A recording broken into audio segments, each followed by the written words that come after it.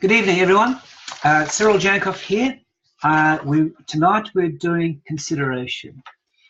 Not my lucky week. I've just done an hour and 20 minutes and the thing didn't record. Okay, so I'm going to do it again.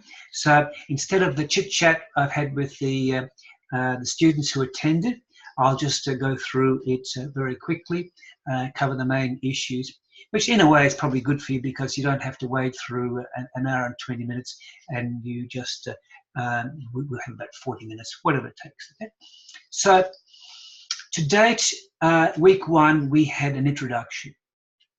Then we had all the different requirements of a contract. Now, the first requirement was capacity, the second one is intention, third one agreement, which is really often acceptance, fourth one tonight is consideration, the next week the important one of certainty and completion. Because if you look at the life cycle of a contract, just like life cycle of a human being, have a life cycle of contract before signature, after signature, and termination, we're working in the before signature stage. On the seventh week, we're going to be looking at skills, which can be very helpful.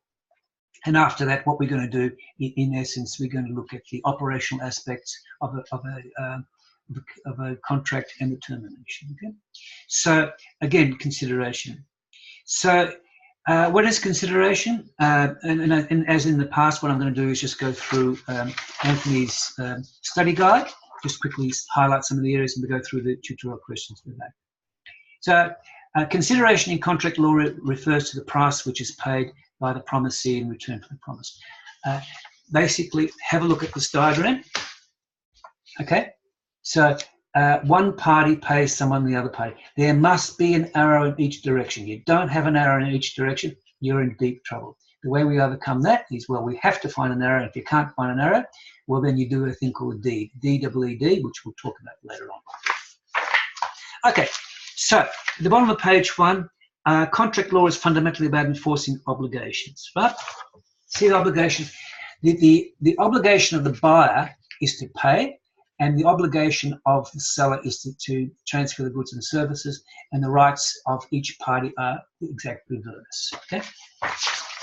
Now, in essence, the consideration is what I pay for the promise.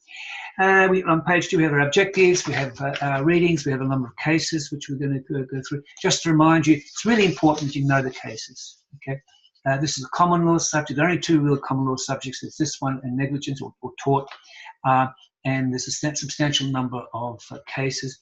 It's hard, I know. But that's our law at the moment. And over time, there's getting more and more legislation, some of which is the Australian consumer law, part of which will be the small business unfair contract terms legislation, etc., etc. So here we have 13 cases. I think last week had 27, so it's your lucky week. All right, key terms, know what consideration is, forbearance, nudum pactum, and peppercorn consideration. Okay, so I expect next time you're at the Italian restaurant, having your spaghetti marinara in front of you, or your my favourite is the fettuccine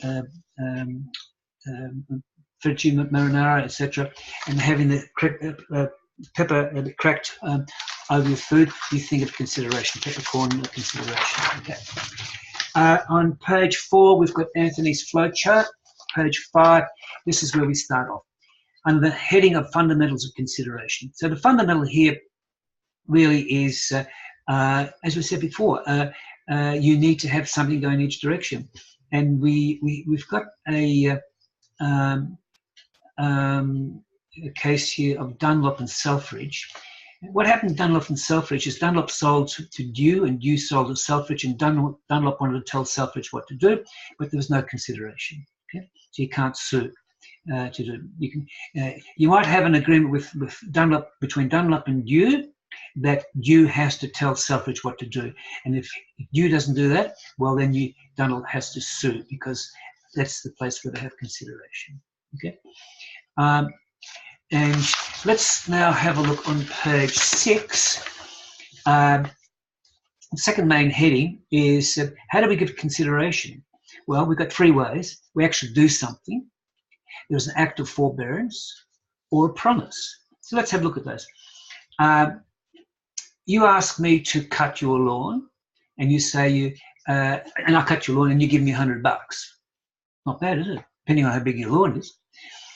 You give me that money. I've done the work. That is on both sides acts of consideration.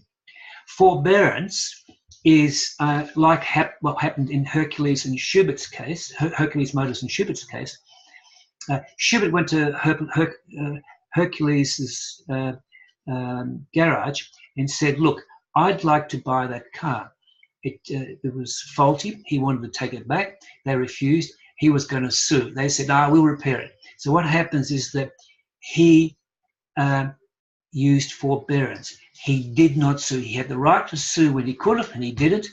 And he took on the repairs. Repairs were done shoddily, and therefore he was able to sue them. Because what happened is he gave adequate consideration for that. On the bottom of page 6, the author says, well, however, forbearance to sue can only be good consideration if 3 conditions are met. The first one is the legal claim must be genuine and not vexatious or frivolous. If the original legal claim was clearly bound to fail, then the promisee really hasn't given anything up, have they? That's the first one. The second one, the promisee must honestly believe in his or her chances of succeeding if they sued. Again, they wouldn't really be giving up anything if they believed their original case had no merit.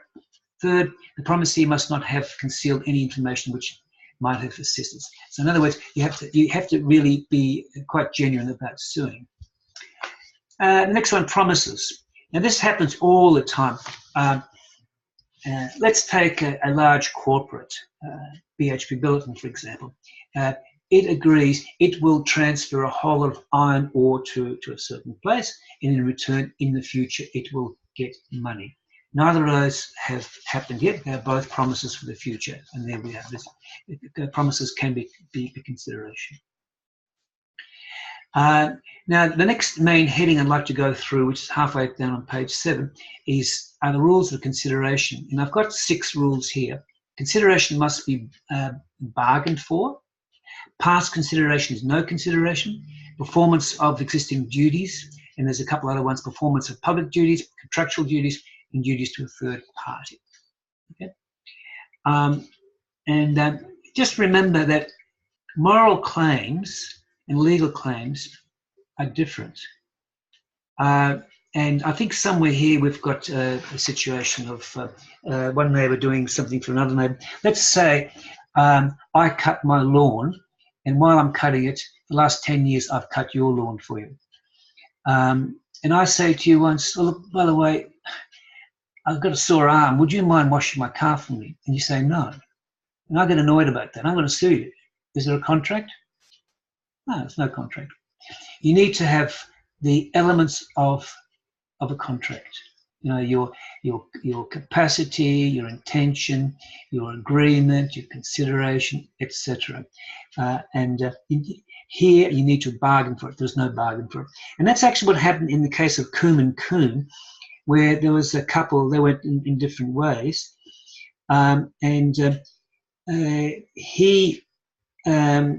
There was a discussion about money, and it was never part of an agreement. It really wasn't bargained for, and the court wouldn't hold that agreement. What should have happened is should have been properly gone through lawyers. There should have been an agreement signed with consideration, etc. Next one is past consideration is no consideration, and there was a case of Roscoe and Thomas. And what happened is one person sold a horse to another person. Nothing was said about the condition of the horse. In other words, what was its character. After the sale was made, the buyer said, by the way, does it have good character? And the seller said, yes, which turned out to be incorrect. And the buyer sued. And the court said, look, sorry, no consideration. Because when you think about it, it all has to be done at the point of the creation of the contract. What happens afterwards is not relevant. Okay? So it's beforehand. So therefore, if you're a vendor, what you do, you protect your interests by asking lots of questions beforehand and getting answers and perhaps making them terms of the contract or relying on those. Okay. So again, promises made after the contract has been made is past consideration. Because what I mean to say, in the case of Roscoe and Thomas, therefore, what happened there, consideration in the past couldn't be held to be consideration for this horse. Keeping on going, IPEX software, what that's about is that ordinarily, and you'll see halfway down page 9, ordinarily, in general, your first instinct should be to regard past consideration as being no consideration. However, if consideration can be given ahead of contract formation where both parties intended to be consideration for the future, that could be held to be the case. And that's really what happened in IPEX software. Now, performance of existing duties, whether it's to the public, other party, third parties and stuff like that, look, all of that is not consideration. You have to go above and beyond what you normally have to do. And the law, and they give us in the notes here that you can't do so. That's Collins and Godfrey. What happened there is that there was a practicing solicitor. He was asked to attend court as a witness. He was subpoenaed. Subpoena is a legal document that under penalty you need to turn up. If you don't, you get yourself in a lot of trouble. You must go there. He spent quite some time there. The other party said, look, we'll pay you for the time. And then they didn't. And he sued. And the question was in relation to consideration. The court held no consideration. The reason being is that he was under an existing duty. Now, I just seem to remember in the back of my mind the case of Glasbrook and Glamorgan County Council. It's just in the back of my mind. And I think what happened there was a mine and there was going to be a riot there. Well, the owners of the mine thought there was going to be a riot. So they said to the police chief, listen, police chief, send a whole stack of cops over. And the police chief said, okay, but I think one's enough, really. And they said, no, you got to send a whole lot. So he said, look, okay, two's enough. And I think, look, I know these people, you're not going to have any problems. Just two's enough. No, we need a whole lot. He said, no, I'm going to give you 2. And the mine owners said, look, send us, I'm making this up, 5. We'll pay for the other 3 out of our own pocket. Okay. So he sends 5. No problems whatsoever. Guys come back. He sends an invoice for 3 people. They refuse to pay. And it's my strong recollection what happened is the court said, think about it. What do you reckon? I'll give you 5 seconds. Will the police be able to collect the money? The court said yes. Not for the first 2 because they're under existing duty. The other 3 weren't under existing duty. There was consideration paid. Okay. All right. So let's continue from there. 225, performance of an existing contractual duty that still can merit. Basically what happened, don't know how many sailors there were. Let's say there were 20, 2 died, and the duties of the 20 were split between 18, and therefore each person had to work a little hard. But the court held, well, look, you're doing what you're supposed to be doing. That's all very well, but what happens if, let's say, half of them died, or ran away, which is what happened in Victoria in the 1850s when there was a gold rush. The ships would dock at Port Melbourne, and the crew would just jump and go to the mines. And so those which were left had to sell it back, and therefore went above and beyond, really above and beyond. Then there was the case of Williams and Roffey brothers. Basically, there, what had happened is that there was held to be adequate consideration of these people when they couldn't pay. The builder offered them extra money because what they were doing would have been of benefit to the builder. You wouldn't want to rely too much on that case. You'd be very, very careful to be very, very have your facts very similar to that case. So it says here at the bottom of page 11, in general, the rule in Stilton Merrick remains preferable. A promise to undertake an existing duty is usually not going to amount to fresh consideration. However, when there is a real benefit to both parties, it remains important to keep Williamson Roffey in mind. Okay. So keeping on going, Shadwell and Shadwell. Plaintiff became engaged to be married, and that's in those days in the 1860s, really big thing. If you pulled out of that, you could be sued for breach of promise, which has been is repealed in Australia now. The plaintiff's uncle was so pleased about the nephew's engagement that he wrote to the nephew promising him an annuity, which is an annual payment to set him up in marriage. The annuity was to continue until the nephew's own income was adequate. The nephew duly got married. The annuity was not forthcoming. Uncle died, sued, and it was held that prior to the uncle's promise, the nephew owed a duty to his fiancée to marry her. However, after the uncle's promise, which we shall treat as a contract between the uncle and the nephew was under a duty to both his fiancée and his uncle to marry the fiancée. Can you see the difference? There is an added obligation. Now the next one is consideration must move from the promisee. So you promise me, and therefore you're going to cut my lawn, therefore my promise, my response has to go back to you. Okay? And that's again Dunlop and Selfridge. Consideration need not move to the promisor. And we had quite a good example here where you've got this similar situation here. The seller has given me goods and services, and I am just about to pay you, and you say, look, don't pay me. I owe Smith down the corner there $200, go and pay them. Okay? So it doesn't need to move to the promisor. Consideration must be valuable. What is valuable consideration? It must have some sort of money attached to it. But it's got to be capable of calculation. And if it's not, you're in trouble.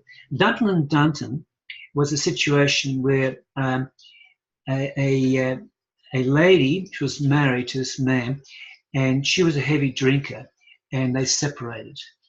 And he said to her, I'll make you a deal. I'll give you £6 a month if you conduct yourself in a certain way, one of which is you stay off the booze and you behave in a proper blah, blah, blah way, he specified. In those days, it was held to be adequate consideration.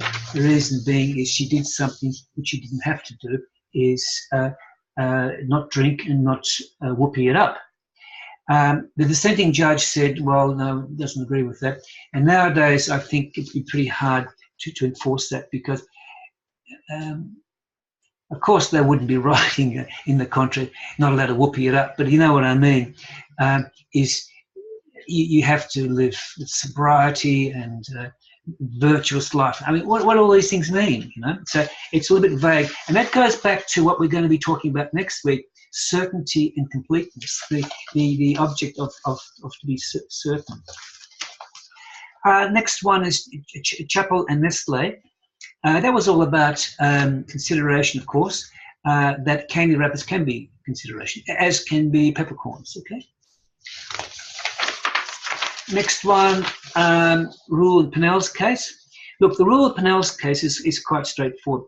I owe you $1,000, and the day comes for me to pay you, and I pay you $800. That's not good enough. For me to not have to pay you $1,000, you have to fall in one of the exceptions to the rule. The rule is that, give you the exact word, payment of a lesser sum cannot be paid in the satisfaction of a greater sum of debt, as you're just performing an existing contractual duty owed to the promisee. Okay, so one of the exceptions. The first one is that if I pay you early, or if I do something I don't have to do, I owe you $1,000, and I pay you $900 a month earlier. Okay, you're in business, Christmas time now, you need your stock, you need to pay your wages and stuff like that. You'd rather take a lesser sum now, and we're happy with that, okay? Number two, a third party. If a third party is involved, and there's a discussion there on page 17 of how third parties work. And the third one is the bona fide settlements, because the courts don't want to stop that. We're in a big litigation case, and I owe you $100,000, and I say, listen, we don't know what the judge is going to decide. Suggest we go 75%. I'll give you 75,000 and call it quits. You just walk away. That's it. And the courts don't want to stop that sort of situation, so they'll accept that. Okay. Last one is formal contracts don't need consideration. What that is you see here, my diagram, you take an arrow out from one of those, you're in deep trouble. You don't have a contract, okay? So in order to make it a valid contract, you need to have something going the other direction. And if you just can't do it for whatever reason, what happens is that it needs to be in a special document called a deed. A deed is you'll have a contract, this agreement or this deed, it's in front of it, and the back where they sign it, you'll have sign as an agreement, sign as a deed, and there are special words you need to use it, etc., etc. So normally, to overcome lack of consideration, and an example would be you give someone lots of money, and it happens in the wealthy families in order to keep the tax office off the back, to make sure it's a clear and distinct payment of money, say $1 million. I give you $1 million, and here's a deed of gift. Right? Bang, it's yours. I can't take it back. The other benefit of using a deed is that you elongate the limitation period. Normally, in all states and territories except for from Northern Territory, it's 6 years. There, it's 3 years. So, if I breach a contract today, you have 6 years from today to sue me. Otherwise, your statute barred. Bang, you can't go any further. So that's the other big reason why we do it. Okay, that's what we're going to talk about tonight. Let's have a look at the tutorial question. Now we've got problem number 7. We've got H purchases new furniture. D offers to collect and deliver. H is not too sure that D will get his act together to do this, and does 3 things. Now we have to work out whether any of those 3 things is consideration. A agrees to babysit his kids next Friday night. Now, if that is an agreement at the same time and bargained for, that would be consideration. But I seem to remember the facts of the case here. She has already agreed, which means it's in the past. So to click this thing on, not consideration. B will do his ironing without being asked. Well, that hasn't been bargained for either, so that's not, in my opinion, a consideration. And the third one is helped him recently regarding organising a party. Again, the same thing. You know, it flies in the face of all those consideration rules. Okay, so that's that was the first question. Has she given consideration? In each of those situations, it goes against the rules, therefore no, she hasn't, and therefore it's not enforceable. How can she make it enforceable? Well, let's have a look at it. She can give $1 in return, which is consideration, or even a peppercorn, bottle of wine, etc., etc. Another way would be to do a deed. You know, just you can still have a deed to lock it all together, but they're the many things you can do is to join the whole thing together. Now, the next problem 8, consideration. Do you consider the rule in Penel's case to be sensible law? Yes, I actually do, because it's just a variety of the law of consideration. Consideration is all about something have to go in each direction. Why should I'm owed 1,000, you turn up on the day it's owing, offer me 800 and get away with it? Oh, hang on, no, you owe me 1,000. So I want the courts to enforce our contract. However, that's the first part. Why can't a creditor accept a lower amount in full satisfaction? Well, they can, but you've got to do something for it. So 31st of December is when I expect my 10 grand. But I need the money to pay for my inventory, for my wages, for my shop, for the staff, for Christmas. And I really want the money at the beginning of November. So I would rather take 9,000 to get it a month earlier. And then I, as the person who owes the money, I'll bargain with you. I'll say, look, I'll give you 8,000, and you'll say 9.5, and we come back to 9,000. But that's the way you could do it. And another way is, if you wanted to think about it, is that if 10,000 was owed, and I gave you 9,000, that wouldn't be acceptable on the same day. But if it's paid earlier, as I said, it would be. However, what I could do is give you the 10,000. You can give me a gift of 1,000 or 2,000, whatever it is. But then you've got to be careful with that, because if the gift is not made, then you wouldn't be able to sue because there's no consideration. You need to put that in the deed. Does the concept of consideration have an important role to play here, or does it just get in the way? No, I think it's rather important, because it's part of our law, is that there must be promises in each direction. It is a bit of a headache that you have to work out how it goes, and in most cases it's part of the offer and acceptance. I say to you, I offer you $100 for your computer, and you offer to give that to me. There's something going in each direction. It makes it quite clear. And consideration is usually part and parcel. It's only when we get some weird things like it going off in different directions. Okay, so I don't propose to do much more than that, except to say is that next week will be certainty and completeness. That will finalise the 5 key requirements of a contract. Depending on which textbook you look at, there's other ones, and everyone does it differently. This is the way which is done in this course. We're looking at the life cycle of a contract, so we're just looking at the formation of a contract. Later on, we'll be doing the operational part and the termination part. And the 7th week, we'll be doing the skills, skills which will be very helpful for you. And then we start on the rest of it. As for the main assignment, I spoke to the boss today, and I've sent a couple of days ago the question. It's on the stuff we've done so far. I'm just getting it okay, and then I hope within 24 hours. By the time you see this, it should be up. Fingers crossed. Wish you all the very best. Take it easy. See you later. Bye-bye.